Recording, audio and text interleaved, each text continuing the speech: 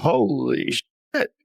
He said what? Royal family mired in one of its biggest crises in history. Prince Harry, Meghan Markle and their children could be set to lose their royal titles. And when Prince William becomes monarch, Prince William now winning this huge battle with his father King Charles for there to be an Act of Parliament introduced at Westminster to jettison not just Prince Andrew, Beatrice and Eugenie, but also Prince Harry, Meghan Markle, Archie and Lily once and for all. Buckingham Palace has stepped into dangerous territory and Prince Harry may be running out of room to move. New reports from London claim senior figures are now holding serious talks about stripping Prince Harry of his royal titles. If true, this would be one of the boldest moves the monarchy has taken against one of its own in more than a century. This is not some small palace whisper anymore. This is the kind of decision that could shake the royal family from the inside out. But here is the twist. Harry is reportedly not sitting back in California waiting for the storm to pass. According to insiders, he is already rushing back to the United Kingdom for what some are calling a personal intervention. He is not coming for a ceremony. He is not coming for smiles, handshakes, or family tea. He is coming because something major is moving, and he wants to stop it before it becomes permanent. For months, whispers of a royal crackdown have been circling Buckingham Palace. Those whispers reportedly turned into real action once Prince William began taking on more of King Charles's duties during the King's cancer treatment. Behind those guarded gates, a quiet power shift is happening. It is careful, controlled, and sharp enough to change what royal status even means. Now, standing in the middle of that storm is Harry. King Charles and Prince William still believe Meghan Markle is a bigger threat to the royal family than Prince Andrew. My sources say there is a growing feeling within Buckingham Palace that Prince William is winning the argument and that Charles may have to take a political stance on that matter. The prince who walked away from the firm but still carries the title that gives his family global weight. To his supporters, he is defending what belongs to him by birth. To his critics, he is clinging to the same royal identity he spent years criticizing in public. And that contradiction is exactly what has palace insiders watching him closely. Why now? Who is really pushing this move from behind the curtain? Is it King Charles, weakened by illness but still trying to protect the crown? Is it William, the future king who may be done playing soft? Or is it the royal machine itself finally deciding that Harry and Meghan have pushed the limits too far? Because if these reports are true, the monarchy is not just dealing with another scandal, it is facing a civil war of blood, titles and crown power. London in 2025 feels colder around Buckingham Palace, not because of weather, but because of silence. King Charles, battling a serious illness, has stepped back from much of the daily pressure of monarchy. In his place, Prince William has moved forward, calm on the outside but reportedly firm behind the scenes. William is not moving like a man chasing drama. He is moving like someone preparing for the throne. Every choice matters now. Every public image matters. Every royal connection matters. And in that new world, Harry's name keeps coming back as a problem the palace can no longer ignore. Once, Harry was the soldier prince, the royal rebel people loved to defend. William knows that it is unpalatable for the British monarchy to keep this disastrous couple in the mix when it comes to Andrew and Fergie, but also to have Harry and Meghan constantly dragging down the brand. Both couples are an issue. Yeah, I feel very strongly that Harry and Meghan should be cut out. He had charm, sympathy, and the kind of public goodwill many royals could only dream of. But critics say that version of Harry has faded. Now, he is seen by some inside the palace as a prince without a royal army behind him, except one powered by cameras, contracts, and media deals. Each Netflix project, each headline-making interview, and each sharp comment about royal life has chipped away at the dignity the crown works so hard to protect. And beside him stands Meghan, a woman who traded palace corridors for production deals and royal duty for glossy self-branding. Her rumoured plans for royal-inspired luxury ventures have reportedly not gone unnoticed in London. To Meghan's supporters, that is business. To palace loyalists, it looks like exploitation. The concern is simple. How can someone reject royal duty while still using royal style, royal access, and royal identity as part of a public brand? That question has reportedly turned patients inside the palace into pressure. Senior courtiers are said to believe William sees the Sussexes less as family members in conflict and more as a brand risk. In street-smart terms, the palace may feel Harry and Meghan left the crew, spoke heavy about the crew, then kept using the crew's name when it helped them move through elite rooms. That does not sit well when the whole world is watching. Royal aides have reportedly stopped asking whether action will be taken. Now, they are asking when. This is so ridiculous, and what O'Brien said about him being a military hero is as ridiculous as when Harry got that award for being a hero of flight. I just about fell off my chair when I heard that, a hero of flight. Prince William knows that it's not just Andrew and Sarah and Beatrice and Eugenie which need to be dealt with. It's Harry, Meghan, Archie and Lily too. And he wants his father to be tougher. I think that has to happen. I really do, Lee. The timing is no coincidence. As King Charles's public strength appears strained, William's influence grows. And with that influence comes a sharper mission: protect the firm from anyone seen as damaging its image from the outside. In this new royal order, forgiveness may no longer be strategy. It may be seen as weakness. And if that is true, Harry's sudden return is not reconciliation, it is a reckoning. At first, the story looked simple, almost romantic. A prince fell in love with an American actress, and the monarchy looked modern again. The wedding was a global spectacle wrapped in unity, diversity, glamour, and rebellion. Cameras caught smiles, not strategy. The public saw a love story. The palace hoped it had found a fresh chapter. But fairy tales fade fast when pressure hits. By 2020, Harry and Meghan had stepped away from royal duties and announced their mission for independence. No more courtiers, no more hierarchy, no more palace control. Just Harry and Meghan, free to tell their truth. But that freedom quickly turned into a franchise. What began as a personal reinvention soon became a media empire built around palace shadows. A podcast examined privilege, a docuseries reopened old wounds.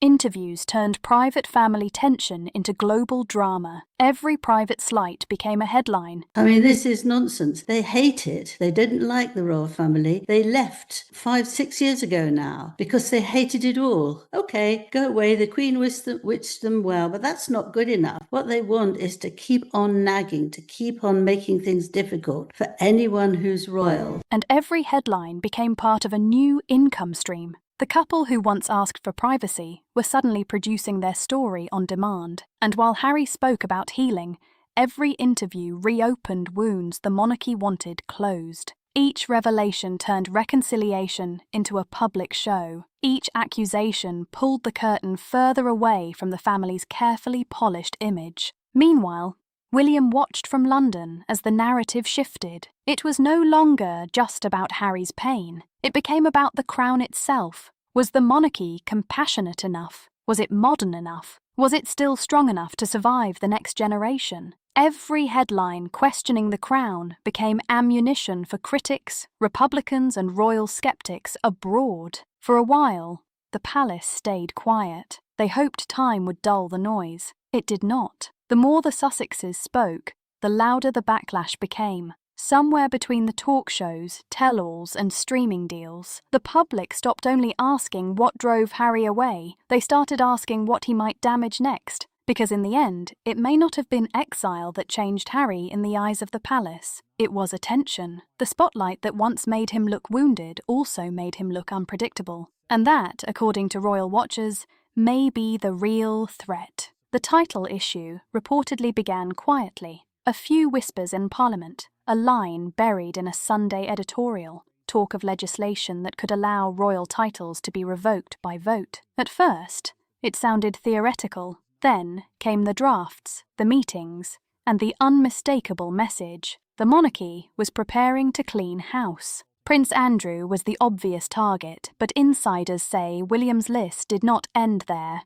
The second name was reportedly his brother's. For years, Harry insisted he wanted distance from the monarchy, until that distance seemed to threaten the value of his brand. Suddenly, critics argue, he was the prince again, but mostly when the cameras were rolling. While William focused on duty, Harry focused on documentaries. And Meghan, always strategic with image and timing, used each spotlight as a chance to build her own lane. Her rumoured royal-inspired business ideas blurred the line between heritage and hustle. To critics, it was not ambition. It was opportunism dressed in luxury packaging. Behind closed doors, royal advisers reportedly studied public approval, and the numbers were brutal. Some polls showed the Sussexes falling hard in public opinion, even being compared with scandal-hit Prince Andrew. That kind of result would hit harder than any headline because it suggested the Sussex brand was not just controversial, it was becoming toxic to the monarchy's future.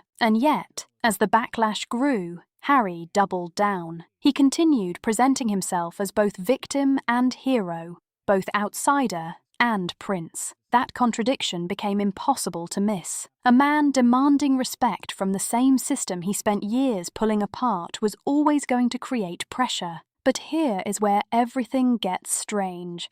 The palace is not simply reacting anymore, it is preparing. And this time, the target is not scandal, it is strategy. Beneath the polished marble of Buckingham Palace, the monarchy has always lived by one cold rule: survival before sentiment. Not forgiveness, not family softness, just survival. And right now, according to palace whispers, that instinct appears to belong more and more to Prince William. While King Charles continues his private battle with illness, William has reportedly stepped deeper into the royal machine, and the shift feels sharp, quiet, and calculated. His vision is surgical, a monarchy that is leaner, cleaner, and harder to stain with scandal. The days of messy tabloid feuds, emotional memoirs, and public family drama may be running out. To protect the crown, the noise has to be cut away, and that is where Harry and Meghan stop being seen as only family. They become examples. Their rebellion, once sold as youthful defiance, now serves as Exhibit A in how quickly royal privilege can turn messy when mixed with fame, money, cameras, and personal branding. Every public confession turned duty into entertainment. Every truth became another storyline.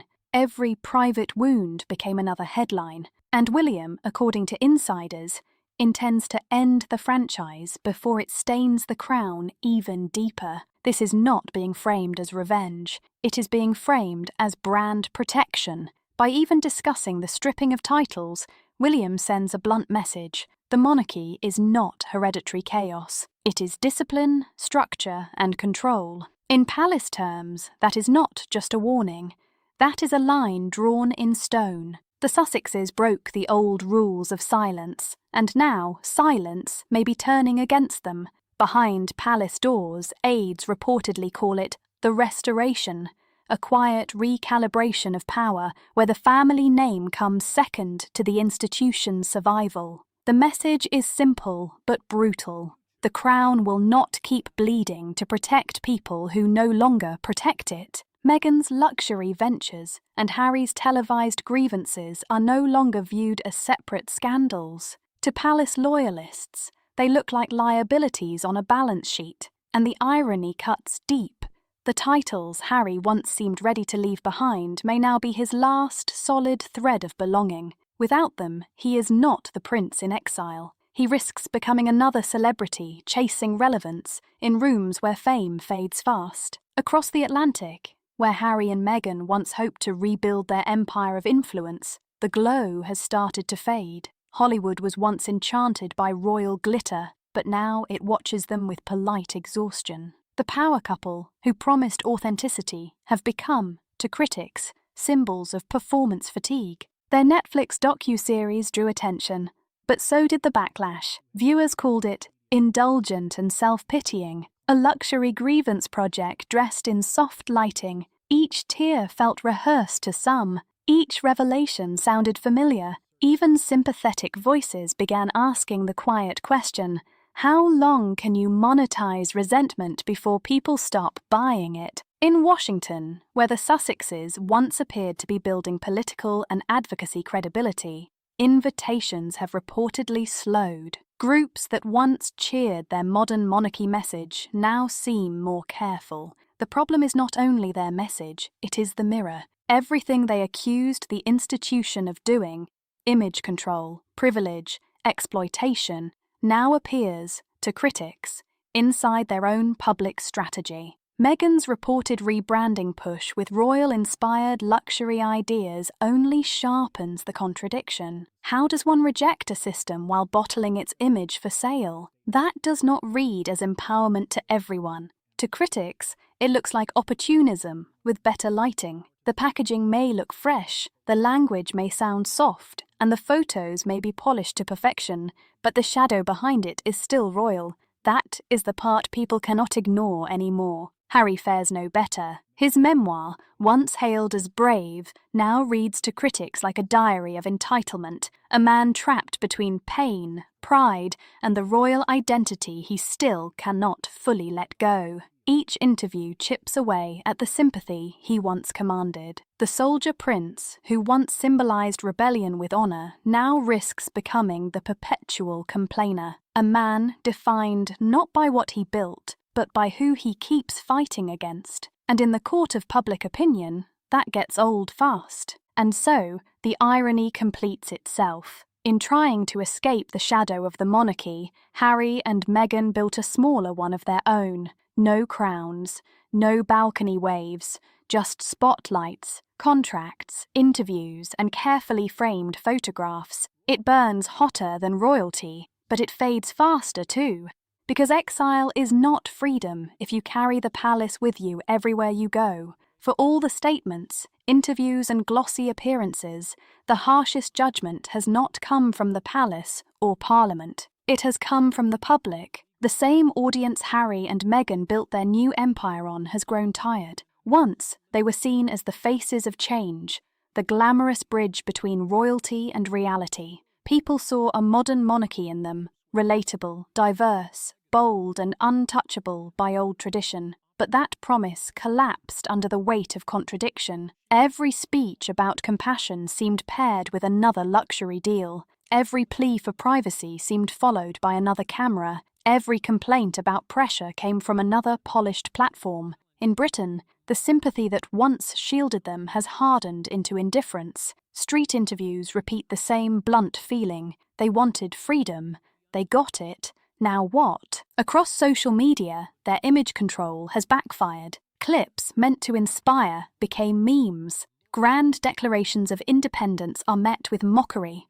Carefully worded statements are pulled apart in minutes. The couple who wanted to escape royal scrutiny are now trapped in a harsher court, public opinion, and in that court there are no courtiers to protect them, no palace walls, no royal aides, just algorithms, audiences, and comment sections that do not care about titles. Harry, once the Prince of Honourable Rebellion, now looks to critics like a man rebelling against relevance itself. Meghan, once praised as graceful and modern, is now viewed by some as a case study in overexposure. Together, they have become architects of their own isolation. Fame can make people visible, but credibility is what keeps them remembered. And for Harry and Meghan, that credibility seems to have quietly left the room. Maybe this was always where the road was heading. Maybe the moment they turned pain into a platform, the clock started ticking. Because the public can forgive drama.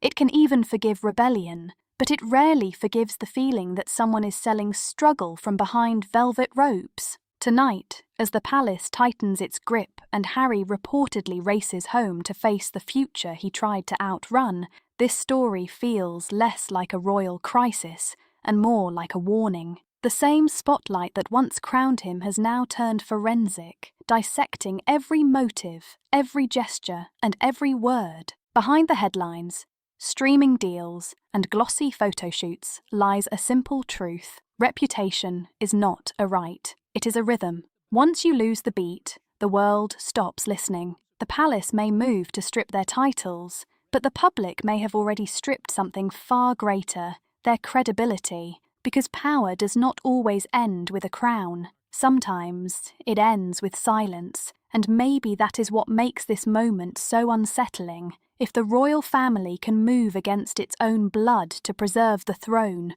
what else can be erased? What stories were we told, and which ones were never meant to be heard? And that question goes beyond Harry and Meghan. It cuts straight into the heart of the monarchy itself. If loyalty can be measured, titles can be challenged, and public image can outrank blood, then the palace is not just protecting tradition, it is rewriting the rules of survival. And once those rules are rewritten, nobody inside the royal circle can pretend they are completely safe. Tell me what you think in the comments. Did Harry and Meghan push the palace too far, or are they being unfairly targeted? Like this video, comment your thoughts, and subscribe to Star Spotlight for more royal breakdowns where the truth hides between the headlines.